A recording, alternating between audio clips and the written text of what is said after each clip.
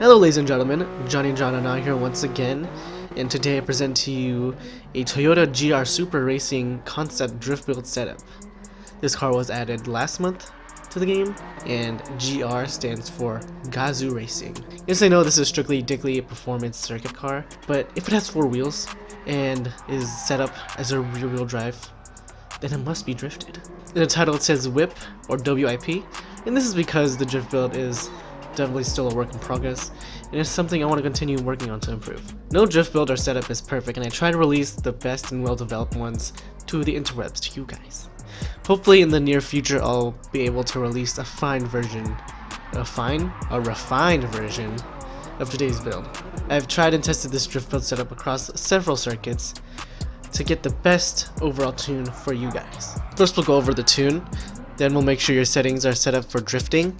Then we'll go to the first demo on Tsukuba Circuit, and then a second demo on a mystery circuit. And then after that we'll go over my final thoughts, and then we'll end the video. Once again, timestamps and links to last week's drift build setup video and my drift build setup playlist will be in the description box below. Alright, now we can head over to the tune. Alright, set your power ratio to 117%. You'll have to upgrade to power level 3 to do this. Set your weight reduction to 88%. Once again, you'll have to upgrade your weight reduction level to 3. Set your traction control to 0. For your tires, use comfort hards or comfort mediums. The last time I used comfort hards. Comfort mediums if you suck at drifting. Just kidding. If you're not comfortable with drifting with comfort hards, just use comfort mediums. Comfort softs I felt were too grippy for me, but if you're scared, if you're nervous, just use comfort mediums. Brake balance is 0. Set ride height as low as possible, or 1.77 on both the front and rear. Set your natural frequency to 2.6 on both the front and rear. Set anti-roll bars 4 on both the front and rear. Set your compression to 51 on the front and 55 on the rear. Set your rebound 81 on the front, 85 on the rear. Set your negative camber angle to 1.5 on both the front and rear. And set your toe angle out 0.5 in the front and in 0.2 in the rear. Reduce your downforce level as much as possible, or if you want to know, front is 300 and the rear is 700. Make sure you're using a fully customizable LSD or a fully customizable mechanical limited slip differential. Ugh! Set initial torque to 5, acceleration sensitivity to 5, and braking sensitivity to 50. And finally, make sure you're using a fully customizable transmission and set the top speed to 230 kilometers, or according to Google, 143 miles per hour. Now with the tune done, we can head over to Tsukuba Circuit to go over your drift settings and for the live demonstrations. Here we are once again on the lovely Tsukuba Circuit, which recently I learned is not actually in Tsukuba, but it's actually in Shimetsuma, which is actually a city next to it. It's kind of ridiculous. And before we begin burning rubber on our Supra racing concept, you must make sure our settings are set up correctly for drifting.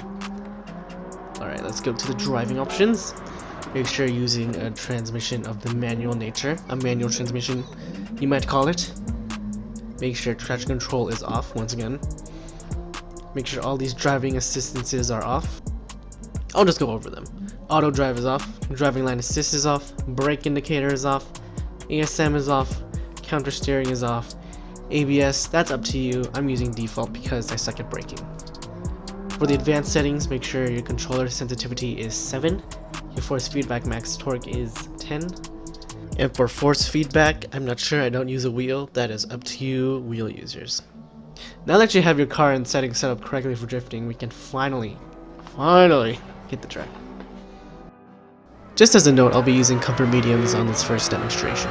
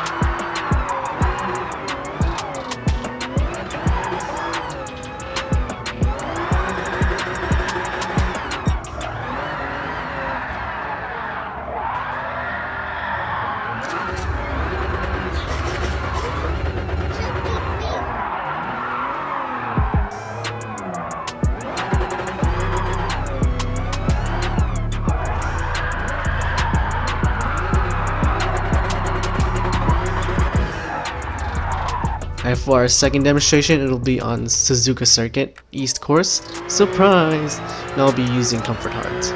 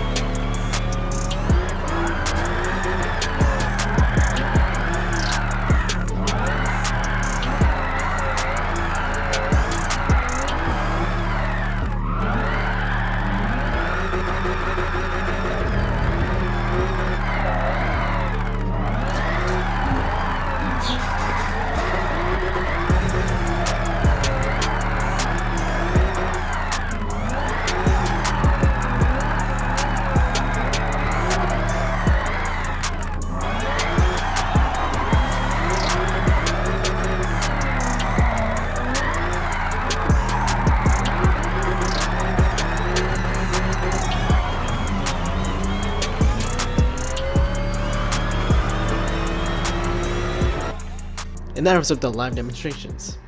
I'm going to be blunt in saying that the GR Supra racing concept was and is a pain in the ass to drift. It took a bit of blood, sweat, and tears to get a barely working tune, and a bit more time to learn how the car drifted. I'm pretty sure this car isn't meant to be drifted, even though on the GR Supra racing concept webpage, there are screenshots of it drifting. It has a lot of grip and the steering angle is a measly 18 degrees, compared to the typical drift car in Gran Turismo Sport, which usually has around 30 degrees of steering angle. When drifting this, it felt similar to drifting Dai Yoshihara's Turn 14 Subaru BRZ, except I actually somehow managed to drift this vehicle. Sorry Dai, I know you are a drift god, but I don't know how you do it. Despite all this negative feedback from myself, it is actually still a fun drift car. When equipped with higher grade tires such as Comfort Mediums, you can pull off some nice high-speed drifts. Now, would I recommend this as a drift car? No, since there are better and cheaper handling alternatives. However, if you got the money to drop on this and the time to put into learning how to drift it, then yes, of course, please buy it. The Toyota GR Supra racing concept definitely isn't a drift car for everyone. But, if given time, it is another fun drift car to add to the Gran Turismo Sport roster. Thank you for watching. I hope you enjoyed the video, found it useful. Leave a like if you liked it, leave a dislike if you disliked it. If you are neutral, leave a neutral like. Just kidding, just thumbs it up. Comment down below if you found it useful, if you tried it, or any suggestions, any drift builds you want. Just leave that down below, your thoughts. And subscribe to keep up with my GT Sport content and my other content. And once again, thank you for watching, and I hope you have a lovely day or night.